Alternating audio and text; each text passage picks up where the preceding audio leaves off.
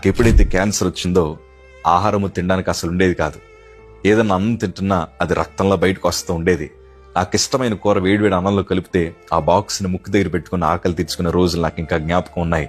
నా ఉమ్ముని అరగంట సేపు నా నోట్లో ఉంచుకొని అది నీళ్ళలాగా తాగితే అది కూడా రక్తంలో బయటకు వచ్చేది. ఎవ్వరూ నాకు ఆహారం పెట్టేవారు కాదు.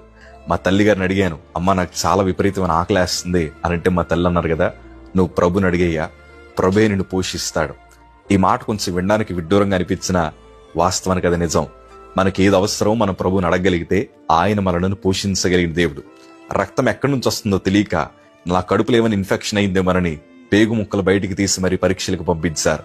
అసలు ఎవరికీ అర్థం కాలేదు.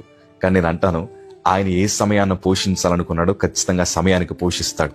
కంగారు పడాల్సిన అవసరం లేదు. మనం ప్రభు వైపు ఎదురు చూస్తే చాలు, దేవుని సందులో విజ్ఞాపన చేస్తే చాలు. నేను దేవునికి మొరపెట్టడం ప్రారంభించాను. చక్కటి కృప ఏంటో తెలుసా? ఒకవైపు కీమోథెరపీ జరుగుతున్నా సమృద్ధిగా ఆహారం తినే కృపను దేవుడు దయచేశాడు.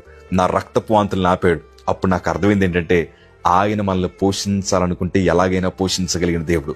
ఈ రోజు సమృద్ధితో దేవుడు మమ్మల్ని నింపాడు. అదే సమృద్ధి మీ అందరికీ నా ప్రభు దయచేయబోతున్నారు.